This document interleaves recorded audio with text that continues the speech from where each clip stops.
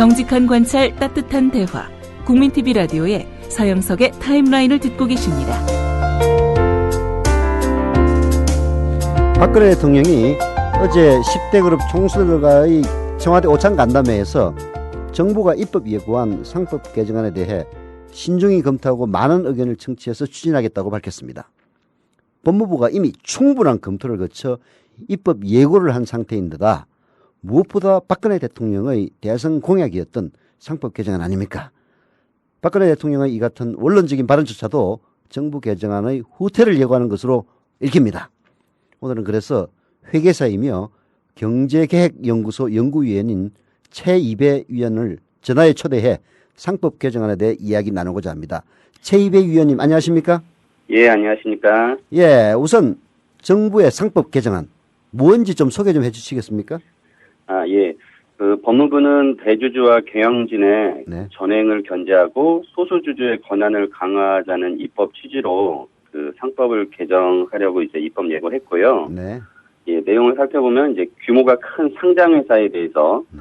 감사위원을 이사와 분리해서 선출하자는 것과 네.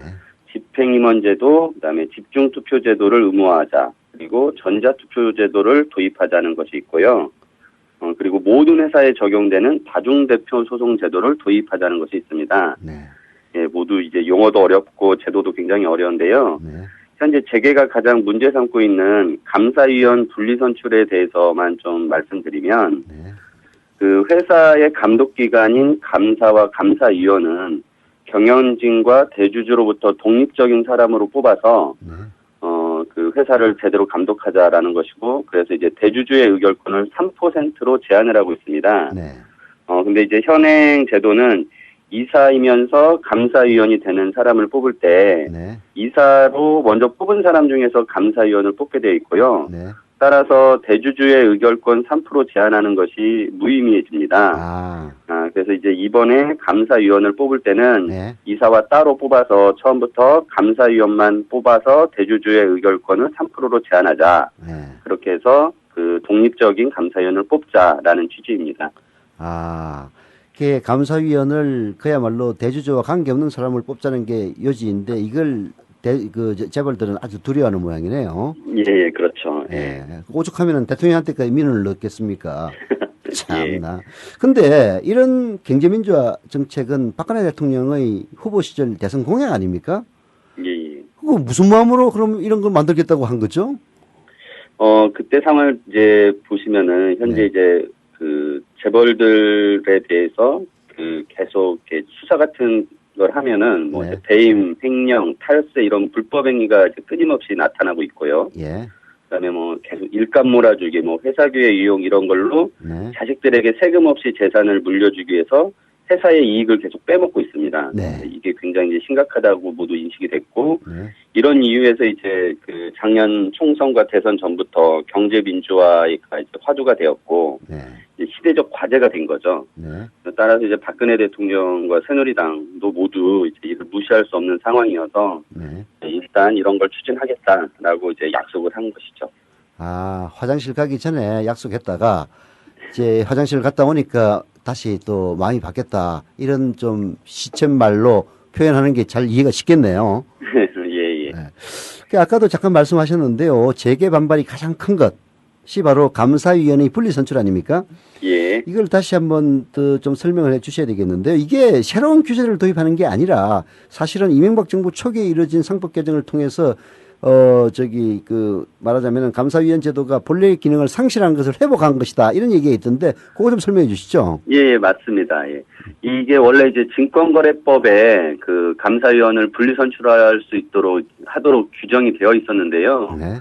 2009년에 이 증권거래법이 이제 없어지고 자본시장법이 도입이 됐습니다. 네. 그때 이제 이 증권거래법에 있던 내용은 상법으로 옮겨갔는데요. 네. 그때 이 분리선출한다는 내용이 은근슬쩍 바뀌어서 일괄 선출로 그냥 한꺼번에 뽑도록 이제 해버린 거죠. 그래서 이제 지금 입법을 추진하는 것은 이걸 좀 원래 제자리로 찾아주고, 네.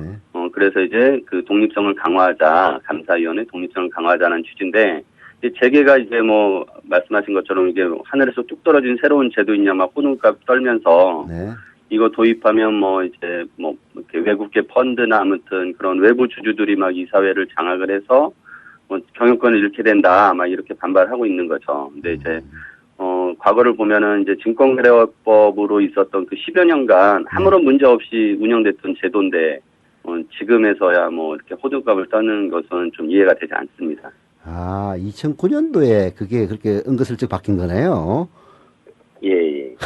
참나. 그러면은 2009년 이전의 재벌들은 다 외국으로 넘어가가지고 지금 국내 재벌이 존재하지 않아야 되는데 지금 떳떳하게 떵떵거리는 그런 재벌들이 그런 얘기하니까 정말 가정스럽다는 생각이 듭니다. 예, 맞습니다. 자, 재계가 반발하는 다른 상법 개정안의 내용도 제도 본래의 취지를 달성하기에는 상당히 미흡한 형태인데요.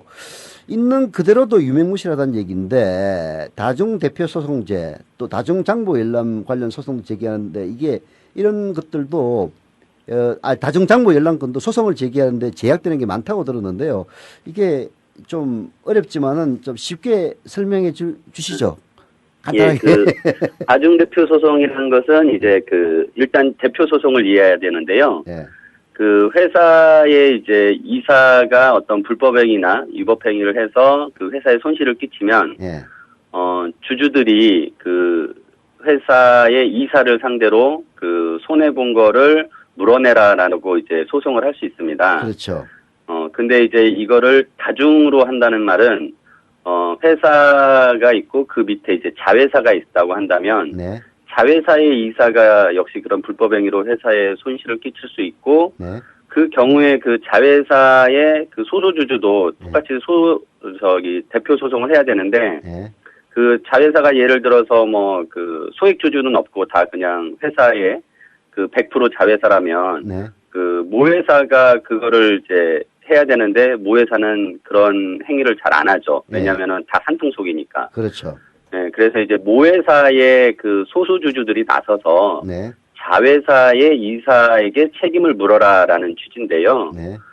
예, 이게 이제 그러면은 자회사의 모회사의 관계를 어떻게 봐야 되느냐인데 현재 상법 개정을 하겠다는 법무부 입장은 50% 지분을 가져야 된다라고 이제 지금 추진을 하고 있는데, 네. 이제 제 입장은 그거를 30%만 가져도 그 자회사로 보고 그 모회사 주주가 대표 소송을 할 수 있어야 된다라는 이제 그 주장을 하는데요. 네. 이게 50%로만 하는 경우와 그 30%로 하는 경우를 비교를 했더니 상당한 그 대규모 기업 집단, 즉 지금 재벌 기업 집단 내의 상장 회사들이 그 모회사 아니 자회사의 그 비상장 자회사의 대표 소송을 할 수 있느냐 없느냐가 많이 갈립니다. 그래서 이제 좀 더 실효성 있게 하려면 이걸 30%로 해야 실질적으로 상장회사 주주들이 비상장인 자회사들에 대해서도 감시 감독을 할 수 있겠다라는 이제 주장을 하고 있고요. 이에 이제 연관돼서 그 장부열람권이라고 이제 주주가 대표 소송을 하려면 회사의 내용을 알아야 되는데, 그렇죠. 예, 그러려면 이제 장부를 열람을 해야 되는데 현재 그 모회사의 주주가 자회사의 장부를 열람하는 것은 따로 허용되지 않고 있습니다. 그걸 허용해달라는 얘기네요. 예, 그래서 이제 그 이중대표 소송, 다중대표 소송이 되려면 장부 열람권도 같이 허용을 해줘야 된다는 말씀입니다. 네, 뭐 좀 전문적인 얘기지만은 쉽게 설명해 주니까 이해가 가네요. 그렇습니까? 예. 자, 이제 재계는 뭐 아까도 좀 얼핏 얘기 나왔습니다만은 이제 1대가 아닌 2대, 3대, 4대 주주에 대한 경영권 장악이 된다. 해외 투기 자본에 대한 국부 유출과 경영권 장악이 된다. 이런 식으로 이제 이 상법 개정안을 적극 반대하고 있는데요. 정말 재계의 주장대로 되는 겁니까? 만약 개정되면은? 그렇진 않는데요. 이제 저는 오히려 불법 행위를 일삼는 기업이 있다면 그런 기업주는 경영권을 상실하는 게 정상일 거라고 생각하는데, 이번 제도를 도입한다고 해서 그런 것이 쉽게 되지는 않습니다. 이제 이번 개정안은 내용은 대부분 이제 상장 회사 중에서 자산 총액이 2조 원 이상인 큰 회사들만 적용이 될 걸로 예상이 되는데, 우리나라에 146개가 있습니다. 이들 회사들은 그 대주주의 지분이 이미 상당히 높기 때문에 그 다른 주주가 그 지분 이상으로 그 주식을 사는 게 굉장히 어렵습니다.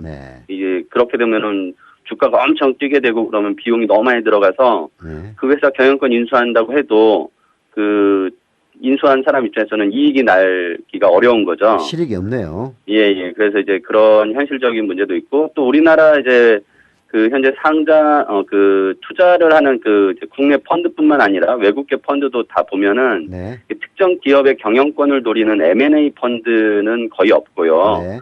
그냥 주식 투자해서 배당 이익 받고 시색 차익으로 이제 이익을 내고자 하는 그 뮤추얼 펀드들입니다. 네.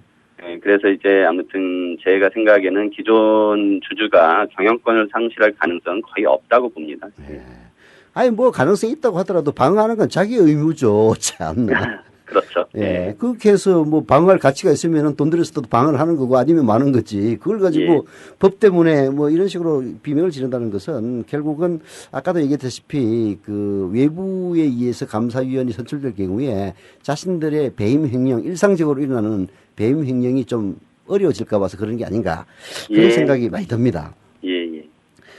재계의 반발이 얼마나 허무맹랑한지 알면서도 우리 박근혜 대통령이 이 재계의 요구를 반영하겠다라고 하는 것은 그야말로 박근혜 정부가 정책의 방향을 친자불로 방향 전환하겠다는 신호탄이 아닌가 하는 그런 생각이 드는데요. 그건 어떻습니까? 네, 그 지난번에 이제 공정거래법 일감 몰아주기 규제를 도입했는데요. 네. 그때도 과정을 보면 정부가 좀 그 법을 세게 이렇게 내놓습니다. 네. 그러면은 이제 재계가 막 반발을 하고 네. 이제 결국 국회에서 논의 과정에서 새누리당이 나서서 이제 법안을 후퇴하게 이제 만들고 네. 결국 적당한 모양으로만 이제 입법이 이루어졌는데요. 그게 이제 처음부터 그렇게 계획하고 맘먹고 했는지는 알 수는 없지만 네. 그 제가 생각에 일정 정도 그 재계가 정부를 그 이제 뭐 투자나 고용 뭐 이런 막 경영권 위험 이런 걸로 이제 협박을 하는데 이런 게 이제 통하고 있다라고 생각이 들거든요. 네. 솔직히 저는 이제 이런 협박이 말이 안 된다고는 하지만 막상 이제 정치인들이나 공무원들은 이제 이런 거에 설득 당하기도 하고요. 네. 그래서 아무래도 이제 좀 정신 똑바로 박힌 이제 국회의원과 대통령을 뽑아야 되는 게 중요하다라고 생각이 듭니다. 네. 결국 우리 국민의 수준이 그밖에 안 되니까 그런 국회의원과 그런 대통령을 뽑았겠죠. 참 안타깝습니다. 예. 자, 박근혜 대통령과 주요 경제부처 인사들은 그동안 경제민주화보다는 경제 활성화가 우선이다. 경제민주화는 이제 마무리했다는 이런 요지 발언을 계속했는데요. 이런 가운데서도 경제개혁연구소는 이 정권의 경제민주화 약속 이행을 평가하셨던데 어땠습니까? 비율로 한선을 했더라고요. 예. 예. 그 저희가 이제 경제민주화 공약만 놓고 평가를 했는데 네. 그 경제민주화 공약의 그 약 22%가 이제 그 입법화가 됐습니다. 네. 공약 중에서. 네. 근데 이제 그거를 22%를 놓고 다시 얼마나 약속을 그 제대로 지켰는지 봤더니 네. 75점을 주게 되더라고요. 75점. 네. 예, 그래서 근데 이제 문제는 이게 그러면은 과연 이 법을 만들어 놨는데 정말 실효성 있고 법을 제대로 만들었냐 이걸 봐야 되는데 이걸 평가했더니 48점이었습니다. 낙제점인 거죠. 낙제점이네요. 예, 결국은 이제 앞서 말씀드린 대로 모양만 내는 수준으로 이제 법안이 자꾸 이루어지고 있고 네. 이렇게 이제 점수가 낮아진 것은 이제 당초에 공약도 원래 이제 부족했을 뿐더러 네. 이제 입법 과정에서 이제 그 뭐 새누리당이나 이런 이제 의원들이 정부가 올라온 그 입법안들을 또 망쳐놓고 있기 때문이라고 생각되는데요. 네. 결국은 뭐 이게 이제 보수 정권의 이제 한계다라고 생각합니다. 예. 어제 10대 그룹 총수와의 오차회담에서도 박근혜 대통령은 정부 개정안 대로 추진하겠다 이렇게 밝혀야 마땅한데 예. 오히려 재계의 반발에 화답하는 듯한 그런 예. 메시지를 던졌습니다. 이런 박근혜 대통령의 화법이나 이 그 의지 앞으로의 방향 어떻게 평가하십니까? 뭐 제가 이제 판단하기에는 이제 그 박 대통령은 뭐 약속한 거 꼭 지킨다 이런 이미지인데 네. 어제 자리에서는 그 자기가 이제 공약한 것을 강조하기보다는 이제 재계의 민원을 좀 들어주는 듯한 뉘앙스였고요. 네. 그래서 이제 그 법무부의 입법 예고안이 이제 그 확정이 되기 위해서 좀 더 시간이 필요한데 네. 그 과정에서 좀 후퇴되지 않을까 좀 우려가 됩니다. 그럼 민주당 등 야권에서는 이런 국면을 어떻게 대응해야 된다고 보십니까? 마지막으로 여쭤보겠습니다. 예. 그저 개인가 이제 그 새누리당의 경제민주화 실천 의원 모임이 있는데 네. 거기서 이제 상법 개정안에 대해서 재계가 반발하는 것을 오히려 반박하고 네. 대통령이 공약을 지켜야 된다라고 이제 그런 목소리를 냈어요. 근데 네. 이제 이게 물론 이제 새누리당의 일부 의원이긴 하지만 새누리당도 저런 목소리 내는 사람들이 있구나라고 생각이 들고 또 민주당과 이제 야당은 그럼 이제 어떠냐라고 봤을 때 현재 민주당 등 야당은 그 이제 상법 개정안이 뭔지도 모르고 있는 것 같아요. 아. 그래서 빨리 이제 야당 의원들이 이런 상법 개정안도 잘 챙기셔서 네. 좀 그 국회에서 제대로 논의되게끔 하고 특히나 이게 참 아이러니하게도 이 야당 의원들이 그 재계 공격으로부터 막아서 네. 그 이제 정부안이 조금이라도 제대로 실효성 있는 법안이 될 수 있도록 해야 되고 네. 국회에서 이제 후퇴되지 않도록 좀 노력을 해주셨으면 합니다. 야, 정부안대로만 돼도 괜찮다는 얘기 아닙니까? 이 현재안으로는 그렇습니다. 네. 예. 그 정부안대로도 우리 야당이 방어를 못 해준다면 야당의 존립 가치가 없어지지 않을까 하는 그런 걱정을 좀 듭니다. 예, 예. 예, 지금까지 최입의 경제계획연구소 연구위원이었습니다. 최 의원님 감사합니다. 예, 감사합니다. 저는 문희정 아나운서가 전해드리는 간추린 뉴스 함께하고 다시 오겠습니다.